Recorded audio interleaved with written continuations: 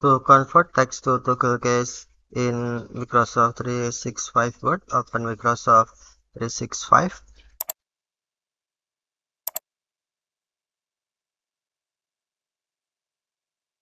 and then open your Word document, for example this Word document,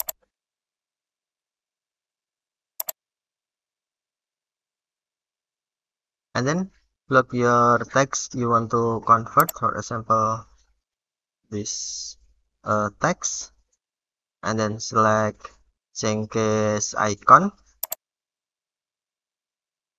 Next, select toggle case.